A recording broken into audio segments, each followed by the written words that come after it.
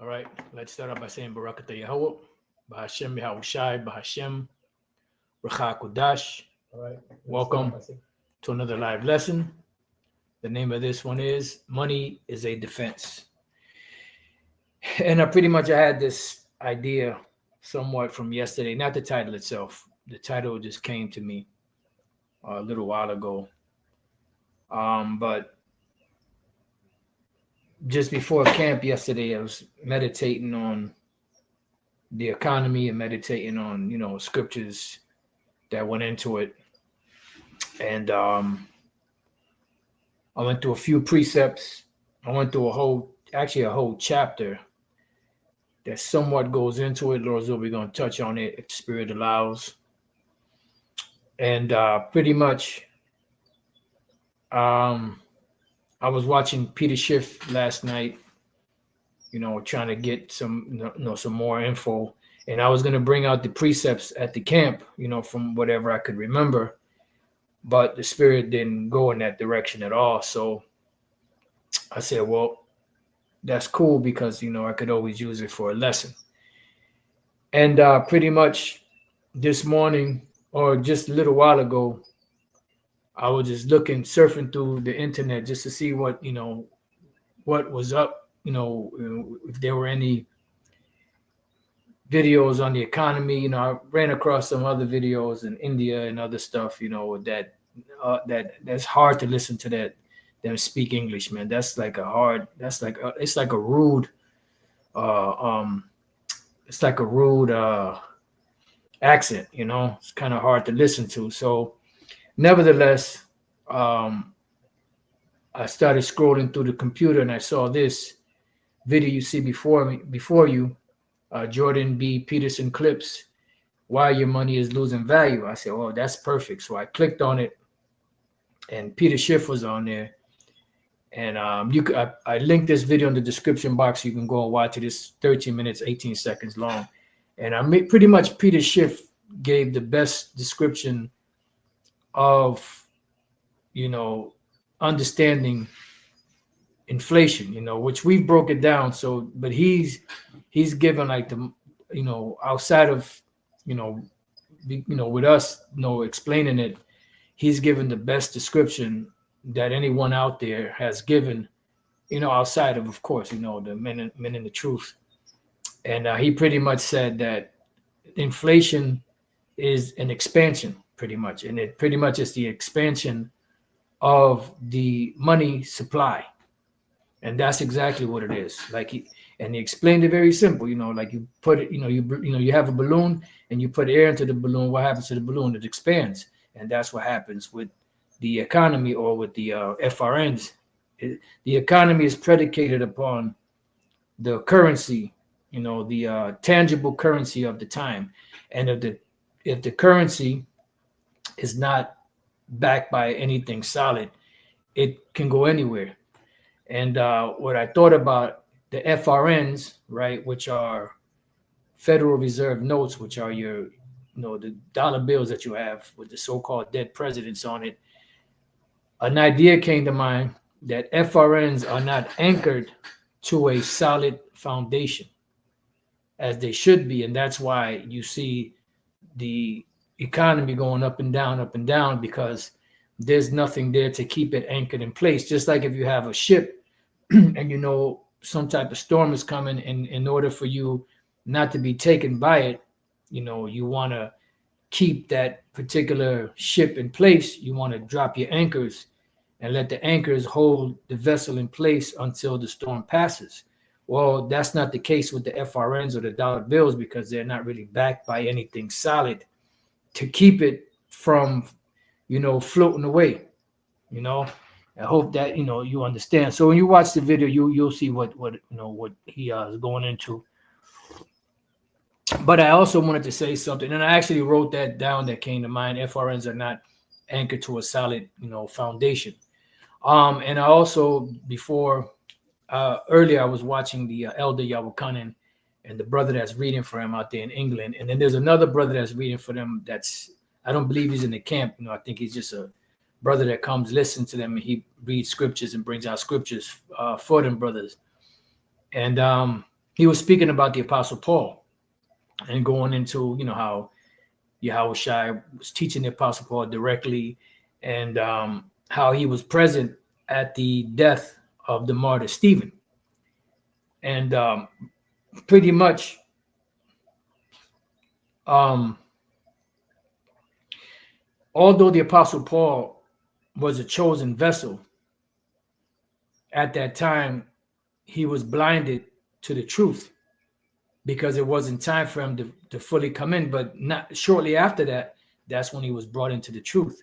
But prior to that, even though he was a chosen vessel, it wasn't time for him to understand the things that that Stephen was saying, because he was going through the history, breaking it down, explaining about Yahushua, and he was going in, into the whole history and the reason why Yahushua came on the scene.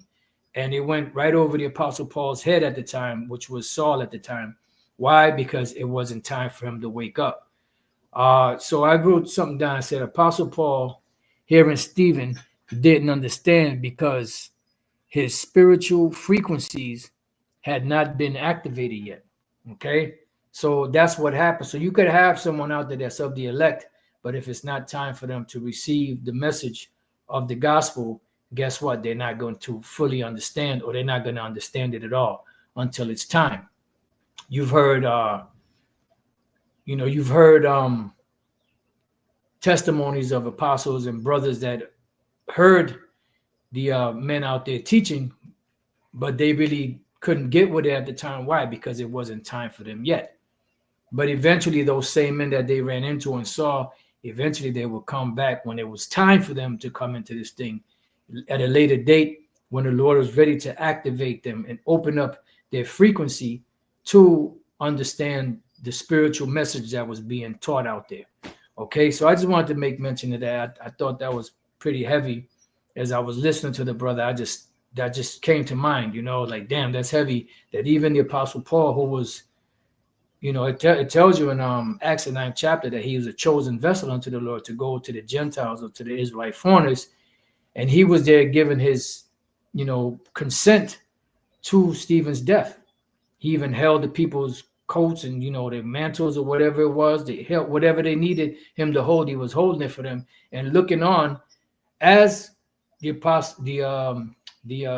martyr Stephen was discoursing the history and explaining about Yahushua. He was right there, and he was never the wiser till a little later on. So I just thought that was pretty heavy. I was just thinking about that, so I figured I'd share it with you brothers and a few sisters. So getting back to the money supply, why your money is losing value? Because it's not anchored to a solid foundation. Now, let's go to two of the precepts. One precept is part of the title of the lesson, Money is a Defense, which is in Ecclesiastes 7:12. It says, for wisdom is a defense. A defense is a place where you run to, to be protected. It's a protection or a hedge from trouble. And that's why it says, in wisdom and knowledge shall be the stability of thy times and strength of salvation. This truth that is looked down by many, that is ridiculed, that is, not held in high regard by the majority of the world and the majority of Jakes, is one of the greatest defenses that we could ever have. One of the greatest places to run for refuge when the time of Jacob's trouble comes, and when the time of any type of trouble comes. It says, and money is a defense, because you do need money. Money is not evil. All right? It's the love of money that is the root of all evil, because you have those out there that misquote that scripture and they say money is the root of all evil. No, it's not. It's the love of money that is the root of all evil, because if you have that covetous greed for money, that means you would do anything, even sell your own soul, to receive that money. That's why you have these, I'm just dealing with Jake in general, that's into the music industry or the entertainment industry, that are presented with these debaucherous acts, and because they love money so much, they'll be willing to compromise, their moral values to receive that monetary gain that is just momentary, that really there's no hedge to it. So that's why it says that the love of money is the root of all evil. And there's another scripture in the Apocrypha where it says that something about such a man set his own soul for sale. And you know what the scriptures say about once you sell your soul, you can't get it back. So money is a defense. For wisdom is a defense, and money is a defense. But the excellency of knowledge is that wisdom giveth life to them that have it. You see, that's why it speaks about a wise man not despising correction. Because a wise man, right, he may be on a journey of learning, and he's going to make mistakes. A righteous man falls 7 times, gets back up. And then when he gets the correction, he's not going to hate the person that's correcting him. He's going to love them. Why? Because they're giving him, the ammunition, spiritual ammunition that he needs to correct his situation and to continue on that quest or that path of to salvation. All right. So matter of fact, let me get the other one, and then I'm going to come back here. Ecclesiastes 10:19, a feast is made for laughter, and wine maketh merry, but money answereth all things. Now since we're here, let's go to the word money here. I want to show you, for those of you that don't know, you brothers that have been studying, you already know what this is. When you look up the word money in the Hebrew, in the Old Testament, the word there is kasap. Now, what is kasap? Kasap is silver. It's the Hebrew word for silver. Why? Because silver, gold, precious stones, precious metals, cattle, land, slaves, these are all tangible things that really defines money. Okay, money is not, FRNs.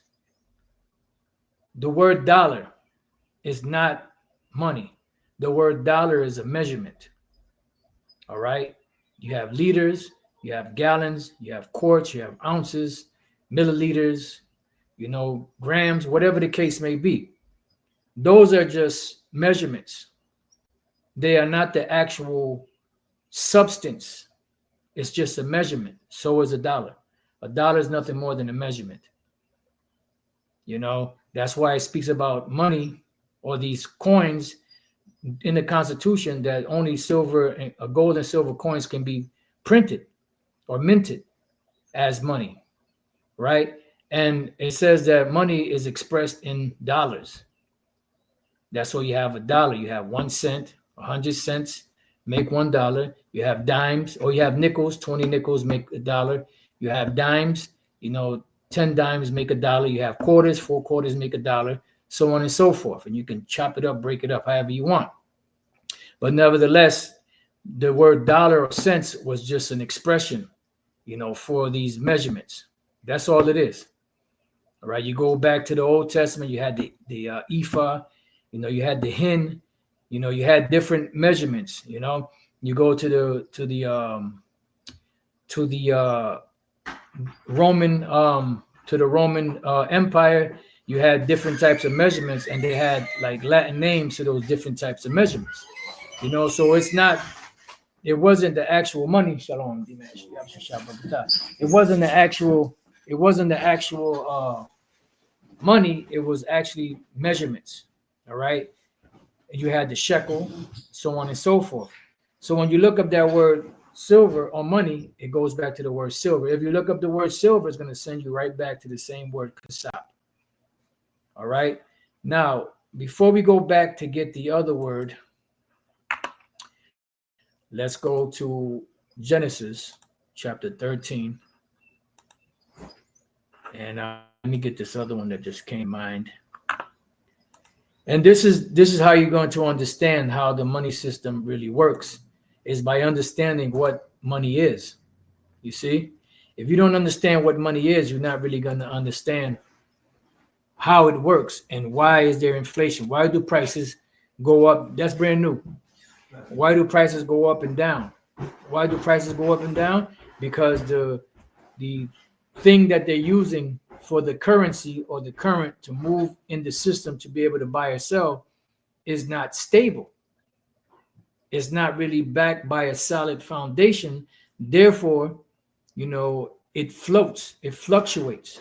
Like when they asked, I forgot if I don't know if there was JP Morgan or one of them individuals, they asked him, what is the stock market going to do? And he said, it's going to fluctuate. And that's exactly what it's going to do, because they're the ones that's causing it to fluctuate, because they understand, that it's not based off of a solid foundation. Okay. Such as, gold or silver. Land is money, cattle, whatever you have that's of substance. Now, Genesis 13 and 1. It says, and Abram went up out of Egypt, he and his wife, and all that he had, and Lot with him, into the south. All right. It says, and Abram was very rich in cattle, in silver, and in gold, which the word gold is zahab. The word silver is kasap. All right. Then you have cattle, which cattle should be alap, which is also, I believe, 100 or 1,000. If I'm not mistaken, I haven't gone over that in a while. And this is what, and cattle is what? Cattle is possession. That's why the small hats call the people goyim, which they say means cattle, but it really means nations. All right, which the Israelites are also known as Gawaya, or nation, or Gawayim, nations, because, a nation and a company of nations shall be of thee. The word for rich is kabad. The word for cattle here is makwana. It's different. I thought it was going to be alap or alapyum. So let's see. It goes back to the word kwana, which means to buy, which is the same word that is used in Deuteronomy 28:68.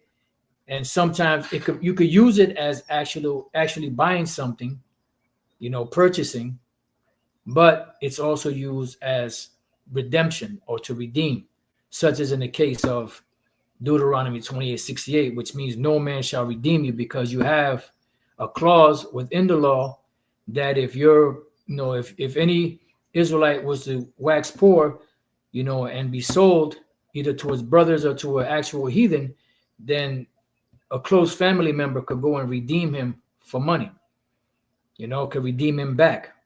All right. But you also could use it for buying or selling. Now, the word cattle here, ma is of or from, and then kwana is buying, of or from buying. Why? Because cattle, whatever type of cattle you have, is nothing more than possessions or property.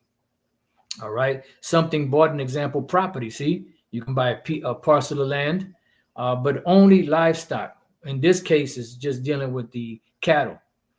Abstractly, acquisition, cattle, flock, herd, possession, purchase, substance. Okay. So you get it. So let's go back. Then you have silver, kasab, and gold, zahab. Okay.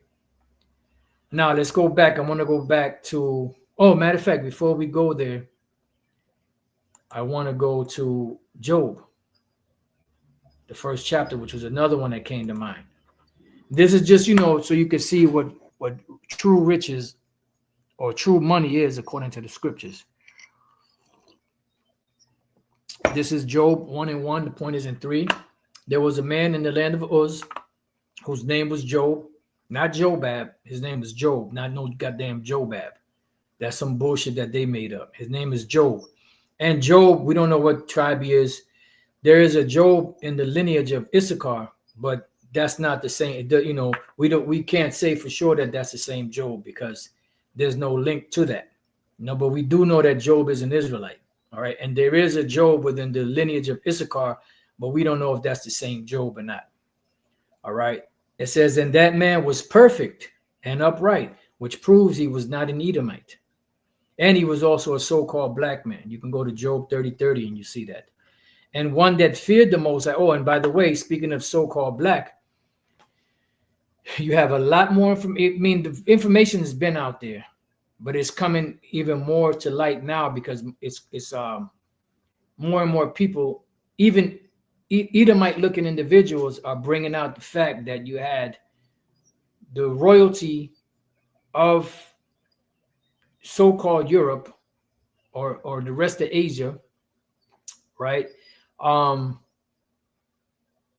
have been speaking on more and more, showing, coats of arms, flags, and going all into the history of the dark or so-called Negroes that ruled all throughout Scotland, Ireland, Spain, you know, uh, uh, Britain, all those lands that's called so-called Europe or the rest of Asia. No, I say it like that because I don't want the elder to be mad at me. Just messing around.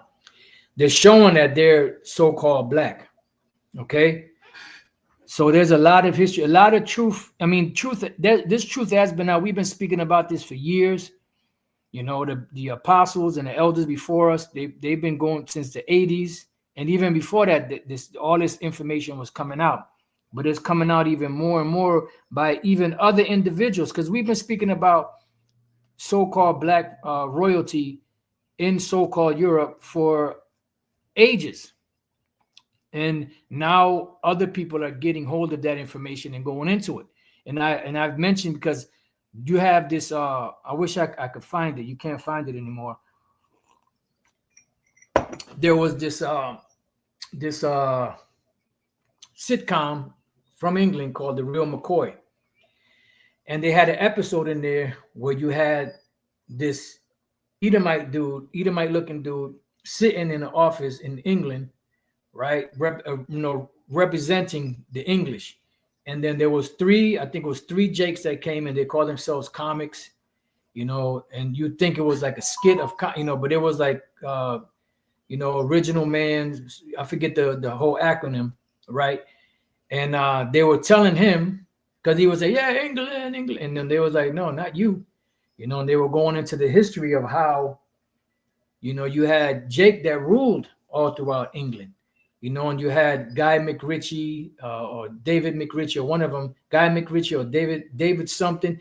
And they listed at least 3 or 4 historians that were so-called Edomites, looking Edomites, that were bringing out the truth about how the so-called, African or Negroes were ruling all throughout Europe. So there's a lot of history coming out, and I wish I could remember all the names. I have the clip at home. I've tried looking for it again on YouTube, and you cannot find that. I've searched and looked, but you can't find it. But I do have the clip of it, which I was able to download off of YouTube before they actually took it down. And the reason why they took it off is because it's the truth, But going back to this is dealing with Job, not Jobab, and he was a so-called black man. And that man was perfect and upright, which proves he was not an Edomite. And one that feared the Most High, further proof that he's not the Most High. And eschewed evil, further proof that he's not an Edomite. Because these Edomites, they thrive off of, wickedness. They are the borders of wickedness. And there were born unto him 7 sons and 3 daughters. His substance, meaning his riches, also was 7,000 sheep. See? And when you look up that word 1,000, it should be alap or alap yum. Alap, see? And if you do, let me see, 7 is Shabai, right?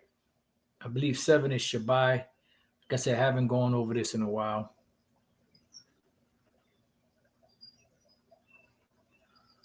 Hamash, that's 5. Awath with Tazamad, Bakor, Wa Hamash, that's 5. Wa Shalash Tha, Shalash, I believe that's 6. Right here, Shabaitha. Shabai is 7. Alapya, which should be Alapyum, 7,000. Okay, so Shabai is 7. It should be 7,000, but it's 7 there. This is kind of slick the way they do it. They did this now. Okay, let's see. Okay, cool. All right. So it says, so he said he had 7,000 sheep and 3,000 camel and 5,000 yoke of oxen and 500 she asses and a very great household, so that this man was the greatest of all the men of the east. Right. So this was what his substance consisted of. And he had silver and gold and all of that, land, but they mostly focus on his cattle, because cattle was known for riches, real riches. And that's why when Laban kept changing Jacob's wages, them different 10 times, he pretty much supplanted him and told him, look, all the perfect cattle you could have, and I'll take all the ring straight and everything else I take it. And he made them walk through this thing to where they would come out, they would, and their offspring would come out with the ring straight, and things that people didn't really want. And he took all it, and he built up a massive, flock, from that, because this guy was, was pretty much changing his wages, pretty much, defrauding him. Okay, so that's it on that. So let's go back here. So we looked at the word money. Money answers all things, right? Let's look up the word answereth, and then I wanted to go back to, what is this? I wanted to go back to the 7th chapter. Answereth is the word ainah. All right. Ainah, to answer, respond, testify, speak. Don't they say money talks, bullshit walks? Shout. So money is also a defense. So let's go back to Ecclesiastes 7, and I want to get defense. Tazal, which means to deliver. Tazal. Shadow, shade, check that out. And the shadow is for what? For protection. See, shade as protection. That's why in Isaiah 32, it speaks about a man shall be like a covert. He shall be like a shadow in a dry land or something like that. All right. So now let's go from there to Leviticus 19. And I believe it's 34. Let me bring this over here because I'm going to need that. Leviticus 19 and 34, 35. You shall not do unrighteousness in judgment, in meat yard, in weight, and in measure, because when you have the weights and measures, these were the ancient ways of measuring money. Let's put in biblical weights and measures. Watch. Let's see. The Bible contains information on weights, measures, and monetary units. The table of weights and measures in the Bible is based on the best generally accepted information available for biblical weights, measures, and weights and measures vary somewhat in different times, and places in the ancient world. The Bible also contains, all right, so they really ain't saying much. Now, this would be like you have your measuring spoons. That's a form of weights and measure. But this right here, let's see if I can make this a little bit bigger. As you see here, you have substance and the weights, and they break it down into grams, ounces, biblical, like you had the gira. The denarius was a measurement of silver in the Roman military. Then you had the shekel, which was, for gold and silver, mina. All right. So here you have the substance, and then you have the weights. You have the substance, whether it was grain, wheat, or whatever, and the weights. You wanted 2.5 ounces. These stones each weighed maybe like one, whatever to equal 2.5. Then you wanted 20 ounces, you had a 20-ounce weight, so on and so forth. And they kept going up. So whatever you wanted, you would have weights and measures that would equal the same for, you had dry goods, you had liquids, so on and so forth. You had metals, and you had different weights for the different measurements. And that's why it says here, let me get rid of all of that. That's why it says here, you shall not do unrighteousness in judgment when you're judging a matter in meat yard. That's in measurements. Meat yard. The word there is madah, right? And the word madah is measurement, stature, size, garment. So you wouldn't do anything like as far as a portion is concerned. You're not going to give somebody less of a product or a substance and expect them to pay you the same amount. That's wicked. That's what you call shrinkflation. Like you'll go to the store, and those of you that have been shopping for a while, that are pretty much veterans at shopping, you'll notice that the same product that you would buy maybe 5 years ago, you go buy it now, still call the same thing in the same package, but the package is a lot smaller. You don't get the same amount. That's called shrinkflation. So that's pretty much defrauding the person that's buying and still charging the same amount or more. That's not good.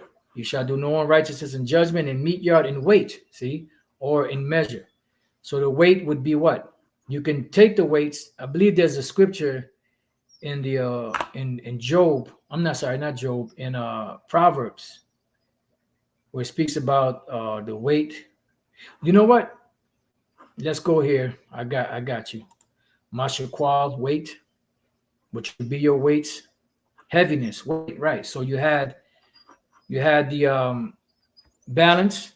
One side would be for the dry goods or whatever, and then the other side would be for the weights. And you put the weights on there, and once it balanced out, then you say, okay, this is the amount that you wanted, and this is how much it's going to cost. And you couldn't tweak that because that was wicked, but you had a lot that was tweaking it. That's why it says unjust weights. Matter of fact, let's go to that's either Proverbs 11 or Proverbs 16 or both.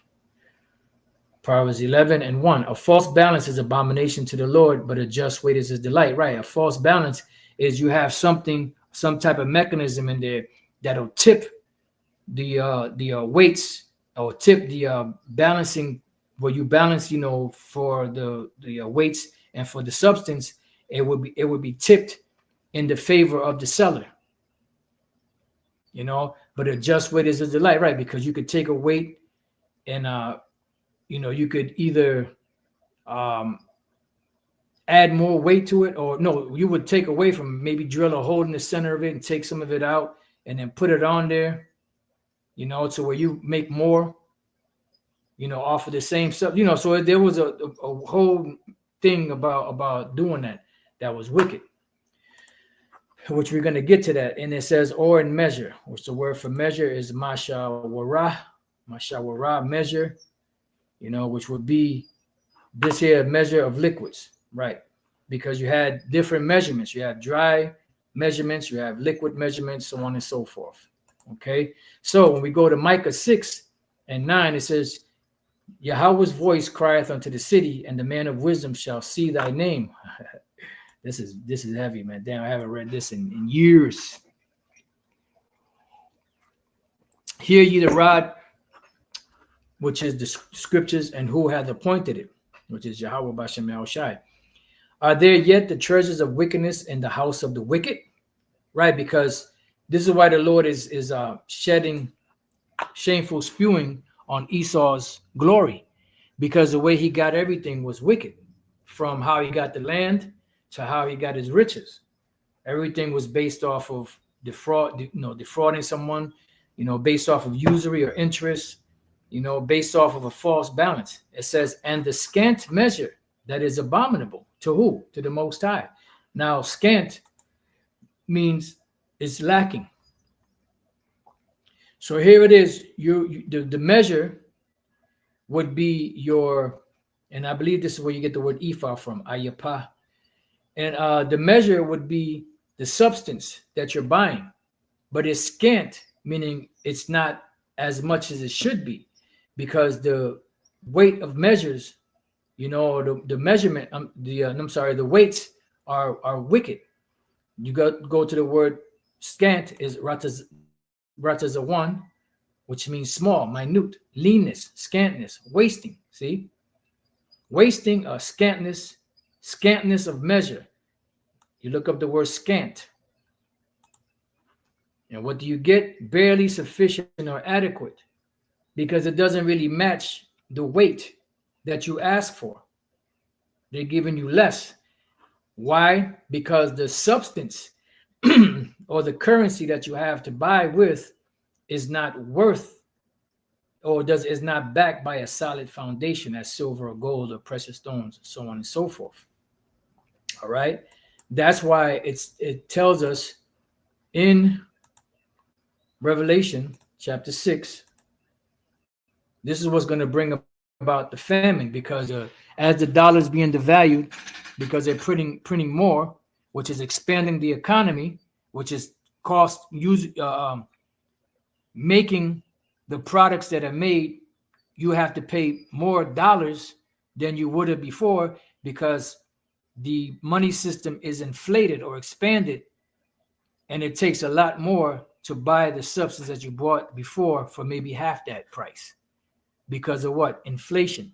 And what that does, it leads to hyperinflation. Is when pretty much the prices go up and there's no peak. You can buy something right now that may cost $10, and an hour from now it could cost $300. That's where you get your hyperinflation. So Revelation 6 and 5, and when he had opened the third seal, I heard the third beast say, come and see, and I beheld and lo, a black horse, which represents what? Judgment, represents famine, hard times. And he that sat on him had a pair of balances in his hand. Why? Because this is what's going to bring forth judgment.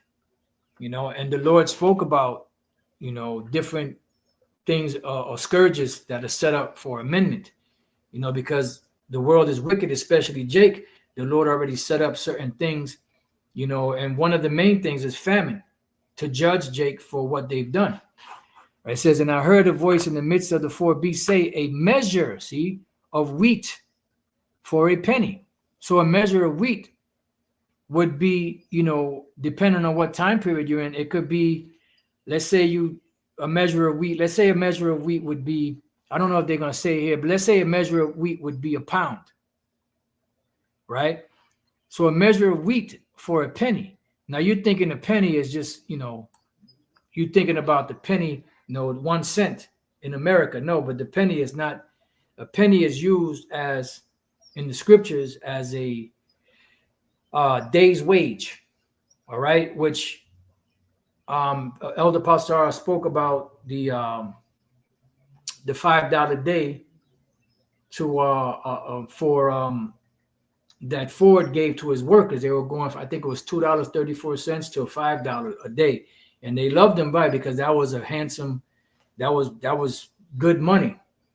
And today's standards, if I'm not mistaken, it would be like around $20, because the average salary now, in order to somewhat kind of try to survive, stay afloat, which really is nothing, is like $20 an hour, $18 to $20 an hour. Because if you're getting $18 an hour, I think that breaks down to about $150 a day. If you're getting $20 an hour, that breaks down to $160 a day. All right. So, and even that is not really any money, especially nowadays, the way the economy is. But if you go back to the 80s, That was a lot of money. Okay, so it's going to take you a whole day's pay to buy one meal, or enough to get you through the day. All right. Why is that? Because of the money system and the way that it works, and the devaluing of the actual currency, or the thing that's in circulation, which are these paper dollars. And 3 measures of barley for a penny. Okay, so you get a little bit more there, but it's still the same penny. And see, thou hurt not the oil and the wine.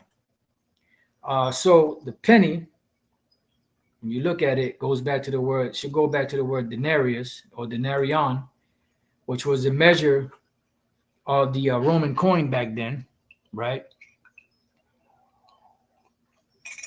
Which I believe denarius goes back to the word 10. Yeah, denarius, or 10 asses. Denarius containing 10. A Roman silver coin in New Testament time. It took its name from it being equal to 10 asses, a number after 217 BC increased to 16. Gives you grams and ounces. It was the principal silver coin of the Roman Empire. From the parable of the laborers in the vineyard, which is Matthew 20, it would seem that a denarius was then the ordinary pay for a day's wage. So just imagine having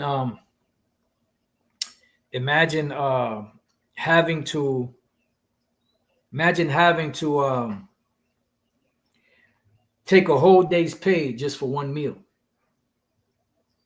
People are already complaining. You have Jake going to different supermarkets and showing the prices of these meats. $30 for a pack of chicken, or $50 or 200 some odd dollars for a pack of chicken. Certain places. Let's see, if $5 in 1914 is equivalent in purchasing power to about 157.8. Yep, that's right. Today, an increase of 152.83 over 110 years. Yeah, because it's not because it's the same dollar, right? It's the same dollar, but it doesn't have the same value because it's been devalued by the printing of the extra dollars that were put into the economy, which caused it to expand, which means you have to pay more. All right. And that's a beautiful precept too. Proverbs 22:16. He that oppresseth the poor to increase his riches, and he that giveth to the rich shall surely come to want. Yeah. That's what the Lord said. How you rich men, because your judgment is soon coming. Just bear with me 1 second. Put some of these incense in here. Some of these smell good. All right. Let that go for a little bit. Some of these. Okay. So let's get back. So that was that on that. So let's go back to the word scant, leanness, scantness, wasting. That's what you could say, that the dollar, which they call fiat money, which is fiat, I believe it's so let it be, is scant because it's not backed by anything of anything of real substance. Okay. Right there, here it says a lean ephah. It says less than it ought to be, and that explains the U.S. dollar to a T. All right, so let's read this again. It says, "Are there yet the treasures of wickedness in the house of the wicked, and the scant measure that is abominable? Shall I count them pure with the wicked balances?" See, it says, "And with the bag of deceitful weights." See, there's deceitful weights because you're using something that loses value every day. And you can see from 1914 till now how much value the dollar has lost because it's a deceitful weight. It's not real substance, real money. And even in the Constitution, it tells you that only silver and gold coins, or gold and silver coins, shall be printed as pretty much as money. It says, for the rich men thereof are full of violence, and the inhabitants thereof have spoken lies, and their tongue is deceitful in their mouth. All right, so now let's go. So you get the idea. Let's go from there to, this is one of the scriptures that came to mind yesterday when I was thinking about this whole thing. I'll just go straight to verse 3. It says, in the day when the keepers of the house shall tremble. Who are the keepers of the house? The managers, the economists, which are the house managers. And I believe we went into this. The word is shamar, which is what? Keeping an eye. Because that's the job of a house manager, to keep an eye on the house, to keep an eye on the servants, to keep an eye on the supplies. And whatever is needed, he was already given a certain amount of money from the owners to invest or to buy whatever it is that he needed to keep the maintenance of the house going. All right. So it says to keep guard, observe, give heed.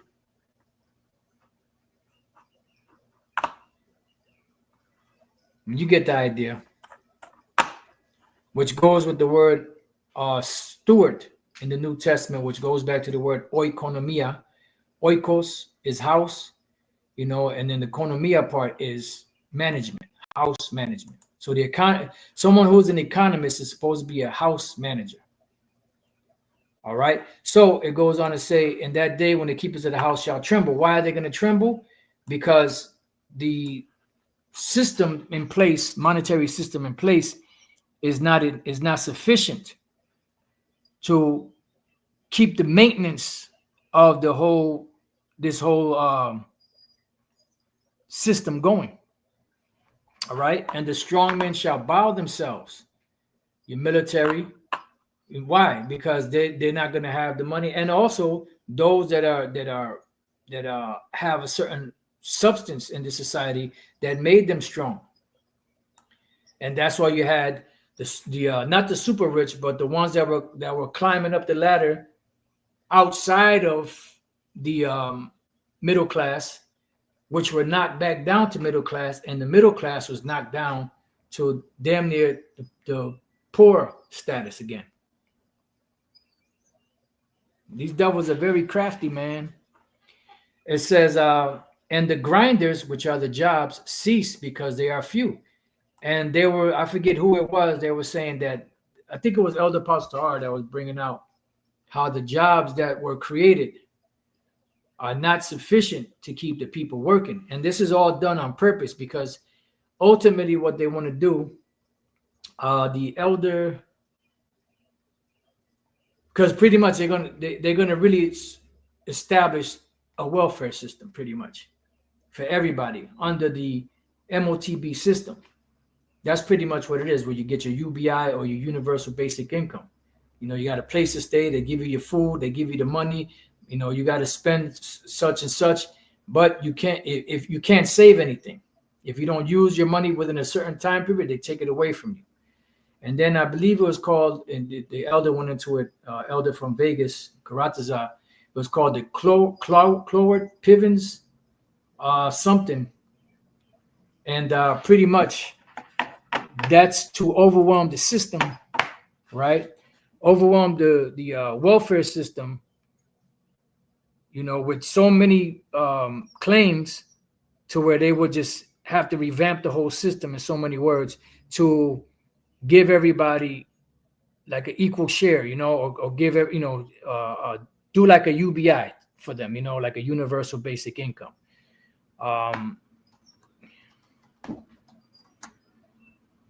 Pivens. Yeah, it's called the Cloward Piven strategy. All right, Cloward Piven strategy. CLOWARD PIVEN. Cloward Piven strategy. And it pretty much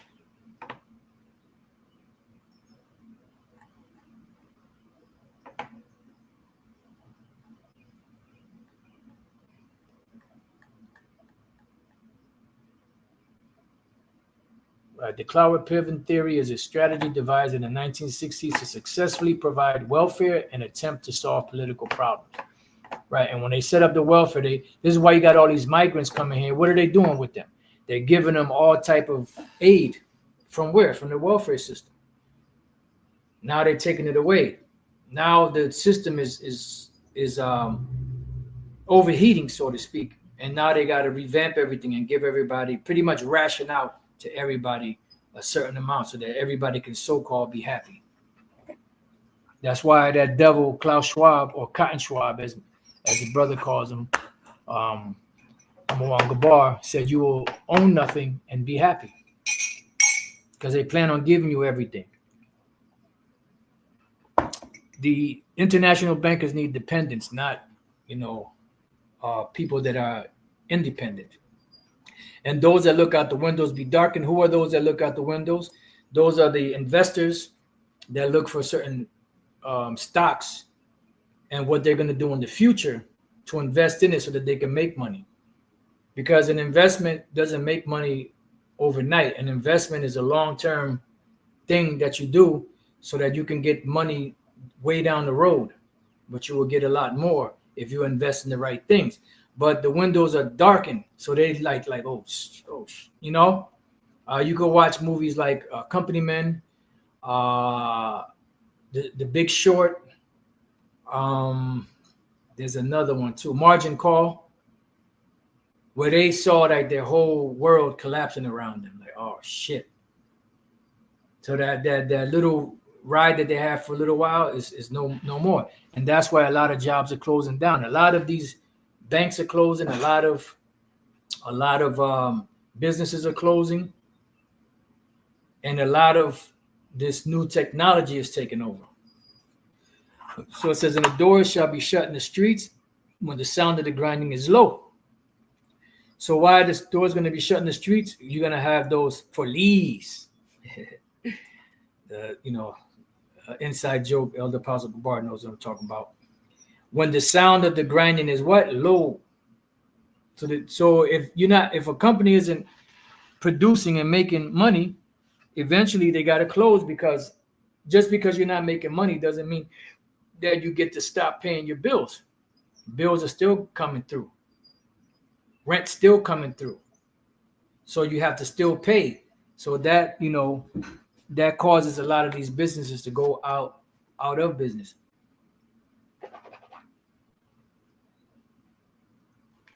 And you have a lot of automation coming in.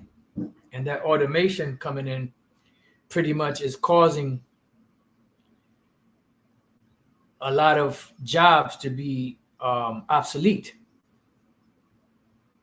That's why you had the whole what's the word I'm looking for? Trial run with the different stores, supermarkets, or whatever stores they had, and you had cashiers and you had self-checkout. And a lot of people are heading for the self-checkout, which is meaning that the individuals that have jobs, there used to be, let's say, 15 to 20 registers, and they were at least at any given time, there would be at least 10 cashiers or more. But then with the self-checkout, you'd be lucky if you have 3 or 4 cashiers, at a time. And eventually that's going to be moved out the way, because they're setting everything up and getting people used to dealing with self-checkout, because that's the wave of the future. This digital system that they're bringing into place. So it says, and the door shall be shut in the streets when the sound of the grinding is low, and he shall rise up at the voice of the bird, meaning in the morning, and all the daughters of music shall be brought low. And you see that happening. The music is trash. And also, good times are you're going to go from the roaring 20s, which everybody was doing good, to the depression of the 30s, but it's going to be far worse. As Gerald Salente, he calls it the greatest depression. And you can see it. And what's going to be the solution for those that want to continue on this ride, this false sense of security? The MOTB, which is the micro CHIP. If you take this thing, we'll be able to erase your debt but you have to, take this micro C hip, embed it under your skin, and then we'll be able to reset you, and then you don't have to worry about those old debts from the past, which makes that individual what? Pretty much a slave. And that's what they want, because they understand that putting people into debt eventually makes them slaves. They know the history of Egypt and other societies, that have people. This is why you had the indentured servant thing. But they want to make it to where you have perpetual slaves instead of just indentured servants. That's why for the word charagma, it says a badge. It says followers of the Antichrist, but it's just a whole anti-Messiah system, because there's many anti-Messiahs. 1 John 2:18. Okay, so the other precept I was thinking about was in the book of Ezekiel 7. I'm going to go straight to the point, and then I might jump up a little bit. Now, keep in mind, this is dealing with Jake, dealing with, the Babylonians taking over. But then eventually, when you read further down, where we're going to read at, it was the Amalekites that took over that land. You could read Ezekiel, the 36th chapter, speaks about how Amalek took, the Edomites took that land with the joy of all their heart. All right. So let's jump to the point, and then, like I said, I may jump around. So you have people too today that are investing in gold and silver as a hedge for the future. But let's say you have gold and silver enough for 100 years or more. What good is that gold and silver going to do you if you cannot purchase anything? Because everything's going to be, the whole system is going to be, you're going to be shut out the system if you don't take the micro C hip. So that gold and silver is really going to be of no. Yeah, you got a lot of wealth. You'll be able to trade with particular people that are not a part of the grid. But for the most part, if you're trying to function in the grid, you're not going to be able to trade with silver or with gold, because it's going to be a digital system. You see? So Ezekiel 7:19, they shall cast their silver in the streets, and their gold shall be removed. See? And these devils are coming down. You got individuals that got supplies stacked to the ceiling. They got, maybe they might have underground, like behind their house or underneath their garage. They have underground where they have a lot of supplies. When the time of martial law comes, they're coming to take all that shit. You saw the movie The Road, right? When Viggo Mortensen and that little rat that was his son, which the elder apostle Rakai hates that dude. That fucking, you see how there came a point where he found like a silo, or like not a silo, a shelter underground. They went in there to hide, and what did they have? All kind of canned goods and stuff that they stored for themselves. But where did the people go? They didn't even get a chance to enjoy all that stuff that they packed. Somebody else got to enjoy it. You see? So you don't know where you're going to be. But these people have that's where you have these so-called preppers that have a false notion that they're going to be able to survive the calamities that are coming. But even in the Apocrypha, right, when you go to 2nd Ezra 15, it speaks about them escaping, because some people are going to run out to the mountains, because all hell breaks loose. Even people that's in the country are going to have to run out of there, because these devils are coming through. There's a reason why these troops, back in the days, they would do drills, and they would do urban drills, meaning drills in the city. Why? Why were they doing drills in the city? Because they were practicing for the hour of martial law, when they would roll up in the cities and roll up in residential neighborhoods, even in the suburbs, even in the country, and roll up on these people and grab them up, for the hour of martial law. And some of them are going to have to roll and run up into the mountains. And what you going to do up there? And it's not like, the way it was in the past, and in the 1600s or so, where you had plenty of game out there and you were able to hunt. When you out there in the forest, in the wilderness, food don't come every 4 or 5 hours, 3 meals a day. You might go 3-4 days without eating. You see? And then if you go without eating for a certain period of time, you're not going to have enough energy to go out hunting. Think about it. So this is Second Ezra 15, and I'll start at 56. Like as thou hast done unto my chosen, saith Yahweh B'Shem Yahushai, even so shall the Most High do unto thee, and shall deliver thee into mischief. So you already have a hedge for yourself. You pride yourself in prepper status and a bug out bag and all that. But the Lord is going to deliver you to mischief. Thy children shall die of hunger. Why? Because you're not going to be able to provide for them. And thou shalt fall through the sword. Right? Because there's going to be wars, civil wars, race wars, riots. Thy cities shall be broken down, and all thine shall perish with the sword in the field. Even when you run out there to the forest and all that, a lot of people are going to get taken out. It says, they that be in the mountains shall die of hunger. So even if you run out to the mountains, you got away from the city, like in the movie Red Dawn, the original one, right? Where Patrick Swayze and the other cats, Charlie Sheen, and the rest of them, it was Charlie Sheen, ran up into the mountains. But they in the movie they showed that one of their fathers and mothers supplied them with goods. When you're running for your life, you don't have time to grab nothing, especially no water. Water is heavy to carry.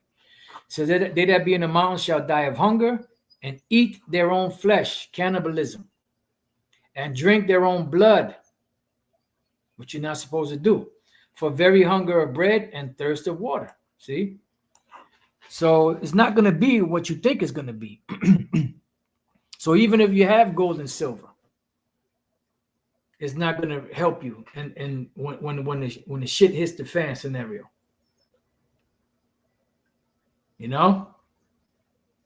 but it is a hedge. You may be in a situation where you still could do some bartering, but for the most part, most people that's buying silver and gold, and the thing about it, most people that's buying silver and gold, they're buying shit online, and they don't even have anything tangible. They just got computer entries that they keep buying. Oh my God, I got all this silver and all this gold, but meanwhile you ain't got no silver, no gold in your hand. Everything is online. So what do you think is gonna happen once the computer shuts down? Then people that you gave your money to, they got your money, and they moving on. That's why I really didn't buy that whole Bitcoin and all that other stuff, because you don't have anything tangible. The stock skyrocketed, right? But you don't have anything tangible. It ain't like they sending you Bitcoin. It's just the shares. It's just a computer entry. They shut the system down. Let's say it's I forget what it is now. Elder Pastor was speaking about it. But whatever, let's say it's 90,000 a share right now. Overnight, it could drop down to 50,000, just like that. What happened? Well, it just 40,000 got wiped out because it's all computer entry, man. It says, "Thou is unhappy shall come through the sea and receive plagues again," and that's America is going to be plagued again, like ancient Egypt was. Not necessarily the same plagues, but something similar. All right. Now I was going to go through more of Ezekiel 7, but I'm going to leave it there. Let me just read this again. Ezekiel 7:19, they shall cast their silver in the streets, and their gold shall be removed. Their silver and their gold shall not be able to deliver them in the day of the wrath of Yahweh B'Shem Yahushai. Because once the Lord starts opening up on America, nothing is going to be able to save you. They shall not satisfy their souls, neither fill their bowels. Why? Because they're going to be famines. There's going to be massive starvation, because it is a stumbling block of their iniquity. Now, this applies to Jake, but you could use this also to apply it to anyone that may be invested in this system, silver and gold and all of that. So with that, money is a defense, but these FRNs are not anchored by a solid foundation, such as silver and gold, or gold and silver. So with that, I pray that you brothers and few sisters have been edified. To the next time I say, Shalom.